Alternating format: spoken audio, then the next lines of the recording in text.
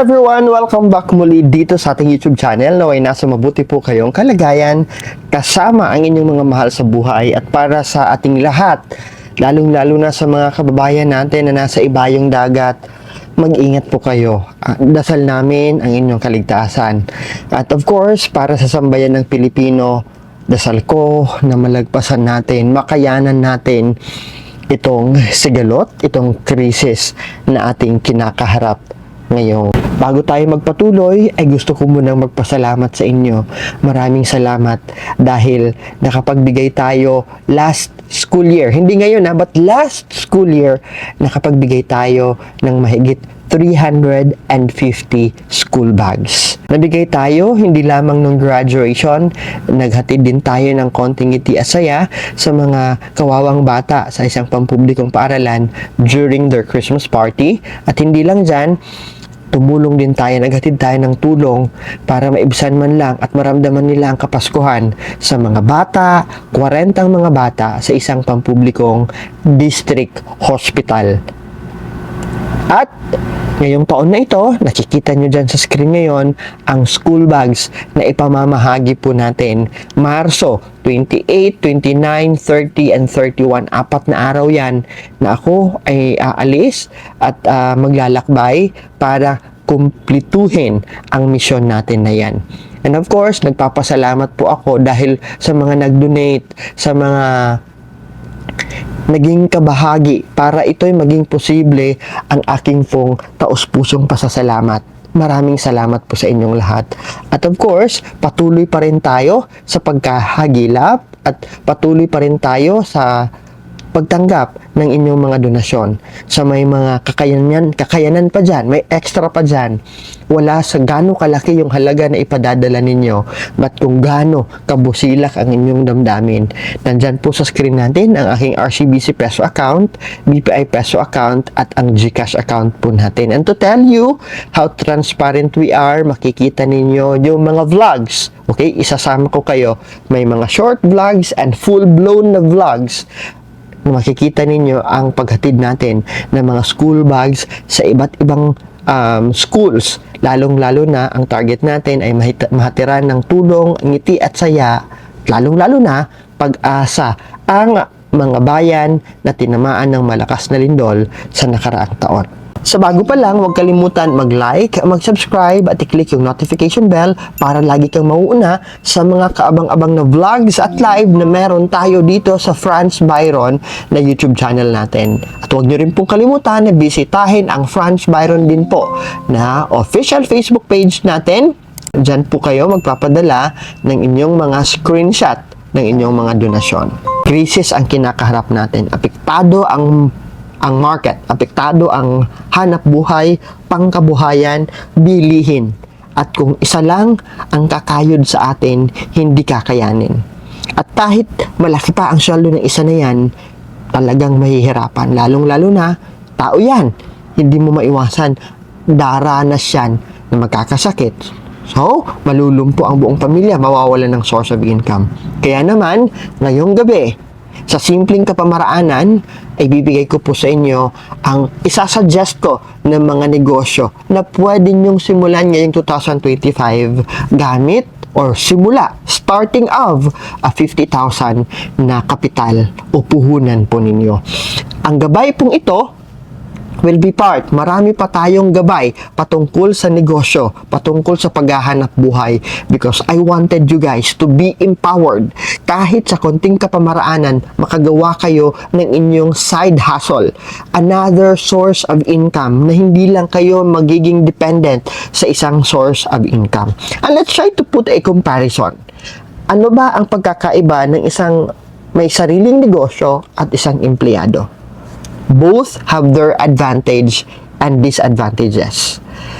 Pag ikaw empleyado, one of your advantage, sigurado na every month may matatanggap kang sweldo. Kung ikaw ay negosyante, every month, sigurado na may income. Yun nga lang, hindi ka sigurado kung gaano kalaki o kung gaano kaliit yung income mo. Being an employee, fix naman yung income mo. Ito lang talaga. Every month, ito lang yon. Pagkakasyahin mo. But being a negosyante, you can expand. You can increase your sales. You can increase your income. Depende sa pagiging sipag mo, diskarte mo. Nasa sayo na yon. On the other aspect na titingnan natin, pag ikaw ay empleyado, you abide by the law of the company or your boss. Kailangan mong sundin. Kung kailangan papasok ka ng alas 8, dapat bago mag alas 8, andun ka na. Uuwi ka ng alas 5. Pagiging ganun, ang routine mo, pabalik-balik. Pero pag ikaw ay negosyante, sa simula, hindi lamang 8 hours ka magtatrabaho. Kakayod ka hanggat kukulangin ka ng tulog dahil ikaw ang magbebenta, ikaw ang mag-outsource ng mga supply, ikaw ang magma-marketing, ikaw ang mag-promote, ikaw ang business manager, ikaw ang finance manager, lahat nasa sayo.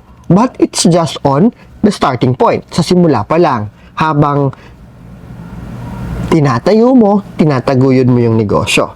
Pagdating naman ng panahon na magiging stable na yung cash flow ng negosyo mo, slowly makakapag-hire ka na ng ibang tao na i-assign mo sa mga key responsibilities para ikaw naman ay maging abala on the expansion sa pagpapalago at pagpaparami ng negosyo. While kung empleyado ka lang, kung minsan tatamarin ka na, demotivated ka na, sa pabalik-balik na ginagawa mo, ganun na lang. 'Di ba? Ganun na lang. Kung empleyado ka, may politika sa loob ng kumpanya. Pwede kang siraan, pwede kang masira dahil sa chismis na hindi mo maaasahan, at pwede kang traidorin ng mga kasamahan mo sa trabaho. That's one. Dito, kung negosyante ka, asahan mo na mayroon kang mga kakompetensya. Hindi lamang ikaw ang player. Hindi lamang ikaw ang may kakayanan, mamuhunan at magnegosyo. So if you are going to take a look and see, tingnan muna natin ang ating sariling kakayanan. Sa pagpili ninyo ng at pinagpaplanuhan ninyong negosyo, unang-una nating tingnan, unang-unang i-consider natin, tayo mismo yung sarili natin. How strong are we? Gaano ba tayo katatag? At gaano ba tayo kadedicated? At gaano natin kaalam ang negosyong papasukin natin? And of course, isa sa mga i-advise ko po, isa sa mga ipapayo ko po sa inyo, when you start your business, do it as if it's a part-time. Do not leave, do not resign your regular job because this season, itong panahon na ito, ay hindi tamang panahon para biglaan mong iiwan yung stable source of income mo. Yung regular job mo. Okay? Dadagdagan mo lang yung other source of income mo, pero wag mo munang iiwan yung kumpanya kung saan ikaw ay tumatanggap ng monthly salary at other benefits habang tinataguyod, ini-establisher mo, habang pinagaganda mo itong negosyong bubuksan niyo po. Sa listahan ng mga negosyo na pwede nating buksan ngayong 2026, despite of the crisis, nangunguna na dyan ang bigasan na negosyo. Bakit ko naman sinabi na pasok pa rin ang bigasan na business? Of course po, dahil lahat tayo ay kumakain. Most especially here in the Philippines, lahat tayo araw-araw. This is our staple food. This is our one of the basic commodity. Diba? Of all the commodities na meron tayo, ito ang number 1 na kinakailangan natin. Diba? Sabi ng mga nanay at tatay natin, ng mga lolo't lola natin, bahalang walang ulam, basta siguradong naka-save, may bigas dyan. Kasi ang ulam, pwede natin gawa ng paraan. Pero pag mawalan tayo ng bigas, yan ang mahirap. Diba? Yan ang mahirap. Kaya naman, isa sa pinakamaganda na buksan natin na negosyo ngayong 2026 is bigasan. As I described kanina, lahat tayo ay kumakain at lahat tayo nangangailangan ng bigas. Pangalawa, hinahanap ito ng kahit na sinong tao, by our neighbor, na mga kapitbahay natin, o di naman kaya mga kakilala natin. What is the negative side? Siyempre, what is the negative side of this business?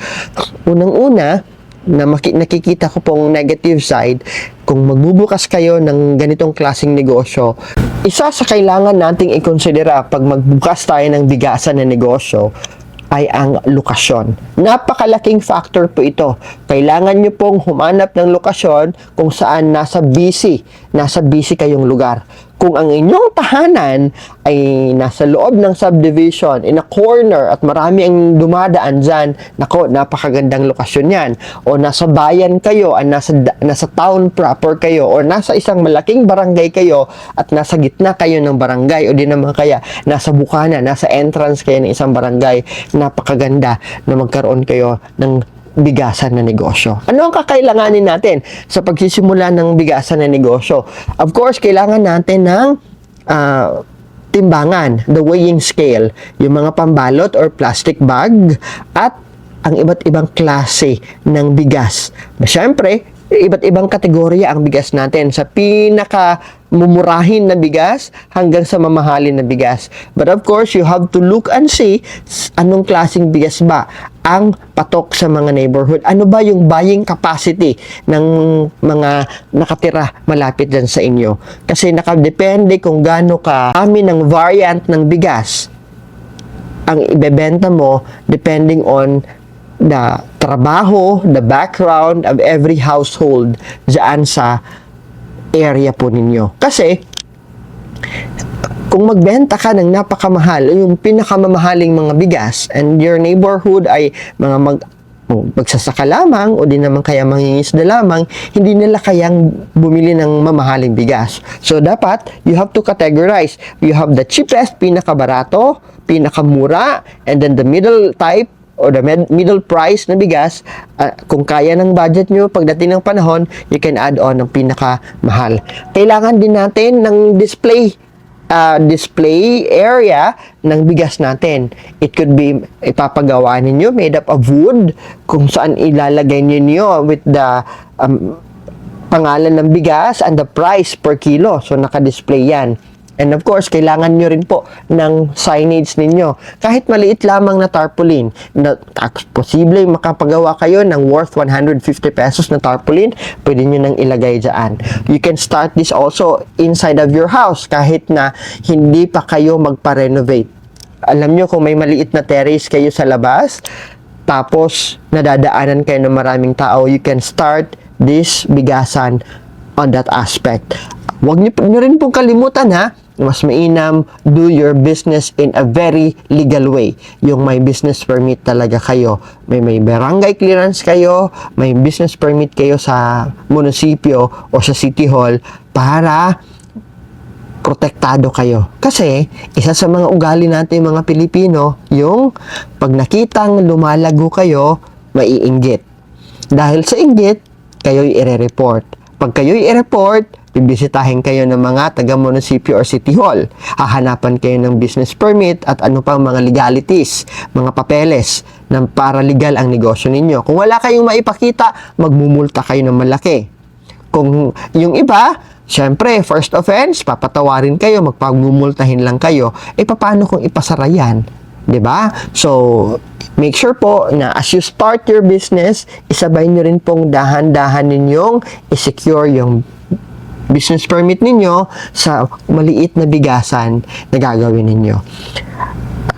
Halimbawa, may mga bigasan na existing on that area, syempre, wag na kayong sumabay pa. Pero kung konti lang yung nagbebenta ng bigasan at malayo yung distansya from your area, okay po yun. Make sure po, ha, na mayroon din kayong mga pakulo. As you sell the bigas at pag nagbenta kayo ng bigas, syempre, meron kayong mga marketing strategy. Kung ang bibili sa inyo ay bibili ng kalahati, minimum of kalahating sako ng bigas hanggang isang sako ng bigas, you can make it as free delivery. Basta within lang ng bayan ninyo. Hindi na nasa kabilang baryo o hindi na nasa kabilang bayan. Basta malapit lang, within the area lang, mas maganda, lalong-lalo na kung may pedicab kayo o di naman kaya may motorbike kayo na pwedeng isakay ang isang sako ng bigas, you can start it with a free delivery. Pwedeng ganon. Isa sa mga strategy na pwedeng nyong gawin to promote and to entice yung mga bibili. Iwasan po natin ang magpapautang dahil ang taong 2026 is not a good year na magpautang. Pahirapan po makabayad ang tao. That's why for you to be able to be liquid, because 2026 hanggang 2027 cash is the king. So to ensure that there is a cash flow na maintain ninyo, na makakabili kayo ng karagdagang sako pa ng bigas at hindi kayo mauubusan ng stock, you need to maintain na lahat ng yan are paying customer at hindi inuutang.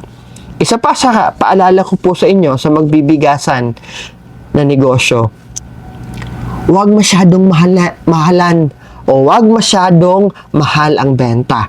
Kasi alam nyo po, pag matagal na nakastock ang bigas, di ba nasisira? May mga insektong namumuhay dyan. Look into, tingnan ninyo, market study kayo, tingnan ninyo magkano ba ang mga benta ng mga bigas dyan sa neighborhood ninyo. Hindi ibig sabihin kayo ang pinakamura, masusustain nyo yan. Yung maraming mga negosyo na nagsimula, offering ang pinakamura na presyo, pero hindi sila inabot ng isang taon, nagsarado sila. That's why, kung sabihin man natin, kahit 50 cents, 50 centavo na mas mababa kayo, pinakamalaking mas mababa kayo, piso. Mas bababa kayo ng piso sa ibang nagbebenta ng bigas, okay na yon. Mas bibilhan kayo at mas pipiliin kayo ng customer kahit piso lang ang less ninyo sa presyo na meron. Huwag niyo masyadong pinakamababa at huwag niyo masyadong mahalan masyado, because your goods belongs to the category na perishable, nasisira. Pwede itong mabasa, masisira, hindi nyo na mabebenta. O di naman kaya, pwedeng atakihin ng mga insekto, nasisira sa bawat butil ng bigas. Ayun, hindi na nyo na mabebenta. So make sure that tama lang ang presyo. Kung bababa naman kayo, huwag masyadong mababa na halos ipamigay nyo na. Marami po ang nagsimula ng 3 hanggang 4 hanggang 5 sakong bigas lamang ang sinimulan nilang i-display, ibenta. Ngayon, nako, ang dami-dami na nilang branches o di naman kaya ang dami ng variety na ng bigas na meron sila. At pangalawa, sa pwede nating ibenta o negosyo na patok na pwede nyong simulan gamit ang 50,000 pesos na puhunan, ito yung agri na negosyo. Nasa sa inyo po kung ang ibebenta ninyo ay mga hayop, poultry, o di naman kaya piggery, o di naman kaya magtatanim kayo para magbenta ng mga gulay o prutas, nasa sa inyo po iyon. Pero, isa sa mga disadvantage, simulan natin ang disadvantage. Isa sa disadvantage ng agri-negosyo na ito, syempre, kung both hayop and halaman ay natatamaan ng peste. Pag natamaan ng peste yung mga hayop, nagkakasakit na pwedeng maging sanhi ng inyong pagkalugi. Pag natamaan ng mga insekto o mga parasite ang ating mga tanim na gulay o mga prutas, ayan, makakaapekto ito sa kalidad ng mga bunga na ipoproduce po nito. So, pag-aralan masyado kung ikaw ay nakalinya ka, magaling ka, you have a green thumb, at alam mo yung pag-aalaga at meron kang pasensya, you can enter or pwede mong buksan ang agri-negosyo na yan. Lahat ay pwedeng mag-agri-negosyo kasi isa sa kailangan mong tingnan, meron ka bang ekstrang lupain dyan na makapagtatanim ka? O di naman kaya kung magmamanukan ka o magbababuyan ka, meron ka bang lupain na pwede mo itong i-execute, magpagawa ka ng mga kulungan, pero dapat malayo sa neighborhood, or else palagi kang nasa munisipyo, irereklamo ka. If you do invest in poultry, mga manuka na negosyo, makakabenta ka either the meat o di naman kaya the itlog, di ba? Yun nga lang, you are very much malapit sa langaw. Ito yung mga langaw na ito would build up and will spread on your neighborhood na magiging prone ka sa reklamo kung hindi ka marunong mag-maintain ng kalinisan ng inyong poultry. At kasama na dyan yung piggery yung babuyan. Ang pagbababuyan ngayon, hindi na ito tulad nung mga nakaraang panahon na okay lang, 2, 3, nandyan lang sa backyard ninyo. Ngayon, pag maglagay ka ng babuyan sa backyard ninyo, irereklamo ka sa barangay, and most especially this time na meron na tayong mga sakit yung mga hayop natin. So, pag-isipan nyo muna kung ikaw ay may kaalaman, may kakayahan na magnegosyo nito, very much okay. Magkano ang kilo ng buhay na baboy ngayon? How about yung baboy for lechon, di ba? So, ang supply natin nito ay nagiging mahina pagdating sa may mga malalaking okasyon. Fiesta, Christmas, nagiging mahal ang kilo ng mga lilichoning baboy. So, you can take advantage to that one. O di naman kaya, mas piliin mo yung pagtatanim ng gulay. Mabebenta mo ang mga gulay na ito, and then, cycle kasi yan Siyempre, magtatanim ka, ilang months yan bago lumago, bago yan mamunga, before ka makapagbenta. So, make sure that hindi ka lang dependent sa agri-negosyo mo. You have your principal source of income while you have this agri-negosyo as your secondary source of income.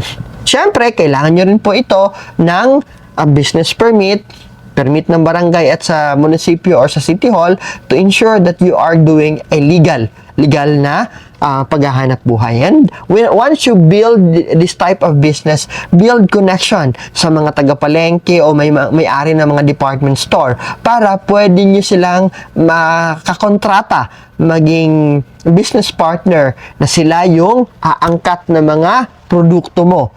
Kung gulay yan, may taga-palengke na aangkat ng mga pechay na bebenta mo, ampalaya, okra, kalamansi. So, nasa sa inyo na po yun. O di naman kaya, you can deliver it to a department store, magma-mark up lang sila, tapos kukunin nyo lang yung kung ano yung mabebenta. So, you can actually do that one. That's another promising na strategy. Pangalawa, you can sell online definitely. Na you announce on your Facebook na every Saturday or Sunday, may available tayo na cabbage, may available tayo na carrots, ganito yung presyo per kilo. So, saan kanila hahanapin? You can do that one. Not necessarily na kailangan nyo ng physical store. Pwede sa bahay lang.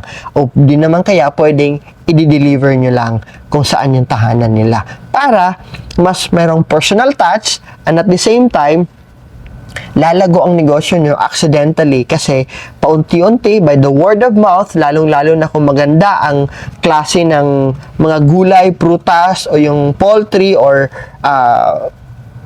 piggery, yung klaseng hayop na binebenta ninyo comes with quality, definitely i-recommend kayo sa ibang tao. So, another factor na kailangan nating pag-ingatan ay ang bagyo.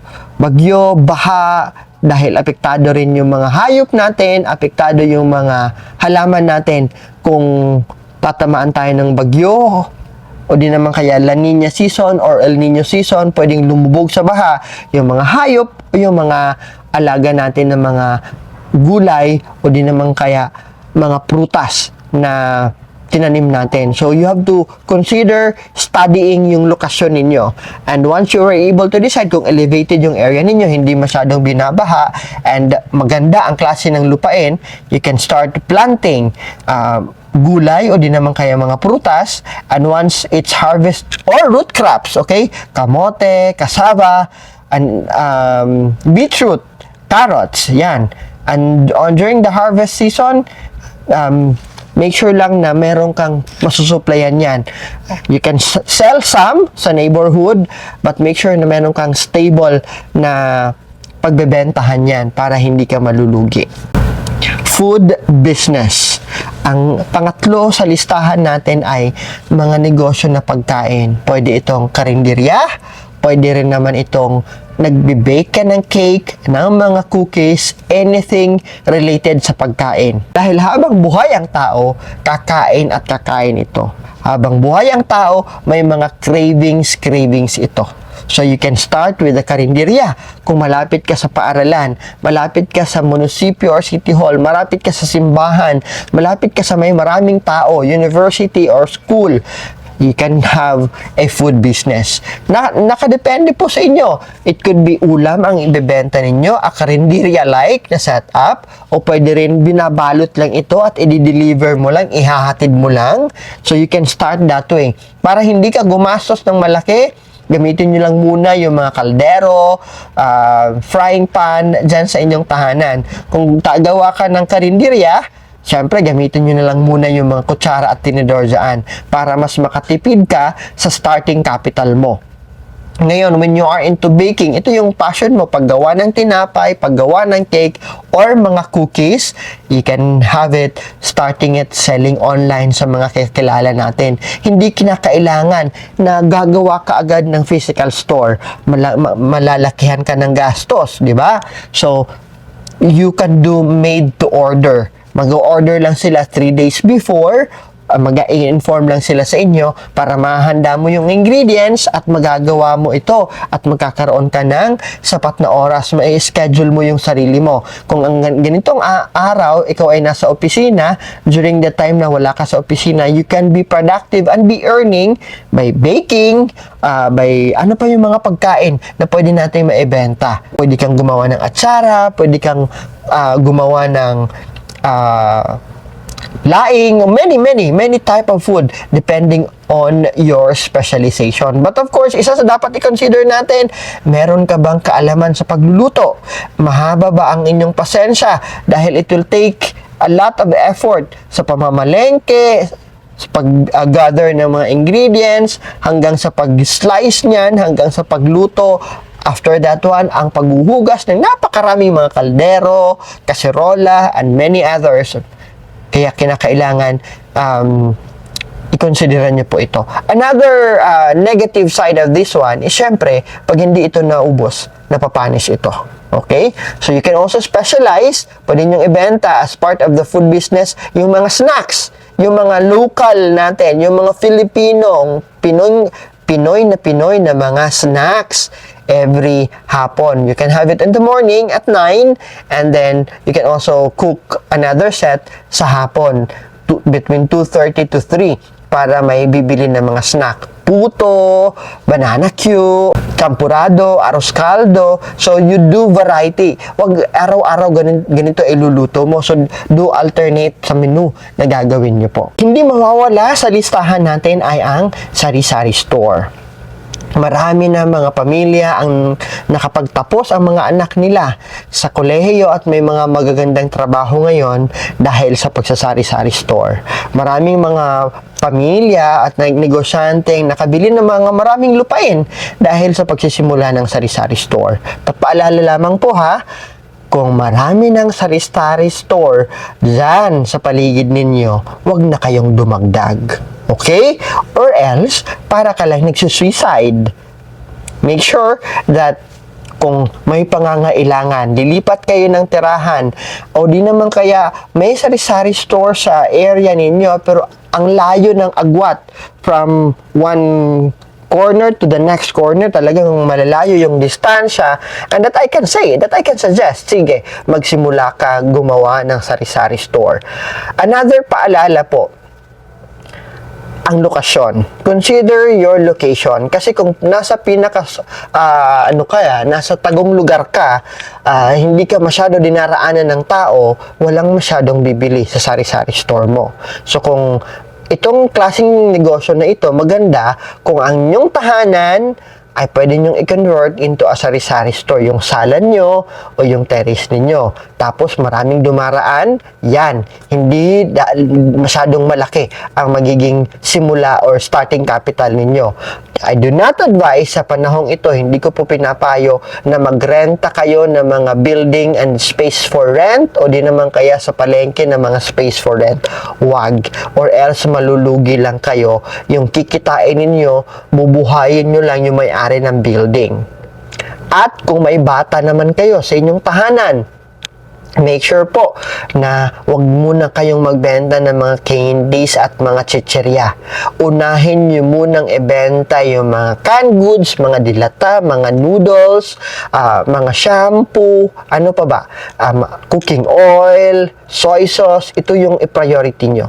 At wag na wag nyo dyan kukunin ninyo yung pang-araw-araw ninyong pangkonsumo. Hindi pwede. Sa lahat ng klase ng negosyo ng inyong sisimulan po, hindi maganda na kung ano yung benta ninyo, dyan nyo kinukuha yung pambili ninyo ng bigas, pambili ninyo ng ulam, wag. Okay? Do a separate na lalagyan. What is, kung ano yung benta sa sari-sari store, sa tindahan ninyo, para dun lang iyon. Para makikita ninyo ng klaro ang pag-ikot ng inyong puhunan, kung lumalago ba kayo o hindi. Okay? Isa sa dapat natin, nasa strategy natin po kung paano natin palalaguhin yung sari-sari store natin. We can start with small, and every week dadagdagan natin ng iba pa. Simula tayo from mga dilata, noodles, shampoo, yan. And then, on the next month, pag nakaipon mo, you have to save all the income mo. Isi-save nyo po. Lalong-lalo na kung ang inyong baryo ay malayo sa city, nako, maganda mag-sari-sari store. Pero kung nasa city kayo at maraming mga mall, ay nako, hindi na maganda mag-sari-sari store pa kayo. So, kung iipunin ninyo every week yung kita ninyo, pwede nyo itong syempre, you are going to outsource again. Mamamalengke ka na naman ng mga ibebenta ninyo. So, po unti-unti yung dadagdagan. Dagdag ka ng itlog, asukal, ayun, mantika. On top of what is existing. Tapos, in the next week na naman, dadagdag ka ulit ng diaper, gatas, kape, yun. Mga 3-in-1, klaseng 3-in-1. And then, on the next week muli, yan, dadagdag ka ulit ng sigarilyo, soft drinks, yan. Paunti-unti habang mabubuo mo at makikita mo on every week, malalaman mo kung ano yung hahanapin sa inyo na kulang, kung ano yung kakailanganin nila. Ililista mo kung ano yung wala ka at sasabihin mo, next week, magkakaroon na tayo niyan. Okay? So, ganun dapat para lumaki at lumago ang iyong sari-sari store. And it's the same thing po, ha? Hindi ko ina-advise na magpapautang kayo kahit kamag-anak niyo po. Okay? Politely, sabihin ninyo na pasensya na, nagsisimula pa lang ako, hindi pa kita kayang pautangin. Ganun na lang. And be honest and be polite sa pag-say no nyo po sa mga mangungutang po sa inyo. Reselling. Maraming mga produkto na pwede nating i-resell. Pwede nating i-repack, di ba? Halimbawa, bibili ka ng mga sako-sako ng mga asukal, brown and white sugar. Tapos, ibebenta mo ito sa mga sari-sari store. Ikaw na yung magre-repack, ikaw na yung magpa-price, and of course, sila, ibebenta nila yung sa sari-sari store nila. So, we can do different type of reselling. Maraming mga nagre-resell dyan. Mga pampaganda, mga produktong pampaputi, lotion, mga frozen food, aangkat ka sa factory tapos i-resell nyo ito. Kahit wala kang physical store, you can start it without your physical store. Pwede mong bentahan, you can start yung mga kaopisina mo, mga katrabaho mo, mga frozen goods, mga hotdog, mga sausage, you can start selling that one. Iwasan nyo rin po ang magpapautang, ha? At of course, isa rin po, tulad din ng sistema natin sa sari-sari store, ihiwalay natin, ibukod natin, at huwag natin ihahalo, at huwag natin kukunin dyan mismo yung pang-araw-araw natin na konsumo. Kaya sabi ko, di ba, sa simula ng vlog na ito, hindi ko po pinapayo sa panahon na ito na iiwanan ninyo yung regular job ninyo at magfo-focus kayo sa reselling o anong klaseng negosyo man ang pubuksan ninyo. Gawin nyo muna itong part-time habang tinitest ninyo. As you test the water, ika nga, kung marami bang bibili, marami ka bang kita, magiging stable ba yung supplier mo. Habang tinitest mo ito, you are also building up your credential bilang taga-benta, and you're also building up marketing strategy, you're also building up number of loyal customer. And online selling. Naku, napakaganda pakinggan, di ba? Take note ha, may strategy para dyan. Gagawa tayo ng separate vlog para sa strategy ng pag-online selling. Marami ang nag-online selling noong pandemic pero nag-give up. Why? Because mali yung strategy nila. They are doing so much aggressive selling. They are doing so much annoying na yung kanilang pagpo-post. Tapos yung mga kaibigan nila, itatag nila lahat. Okay? Sa negosyo po ngayon, ang pagninegosyo kasi ganito ha, hanapin ninyo kung ano ang pangangailangan nila. At dapat ikaw yung kasagutan sa pangangailangan na yan. So kung anong klaseng produkto ang i-online sell mo, huwag kayong gagaya-gaya sa mga uso. Kailangan mo po hanapin on your neighborhood, on sa mga katrabaho mo, ano yung kakailanganin nila na pwede mong ma-provide na ikaw na ang mapagkukunan nila. Ikaw na bibilhan nila. Hindi na sila pupunta pa sa malayo. So, take a look and see kung ano ito. At hindi ka dapat post lang ng post, grab ka lang ng photos, tapos wala ng quality yung picture na yan, ipopost mo agad, and you have to be consistent.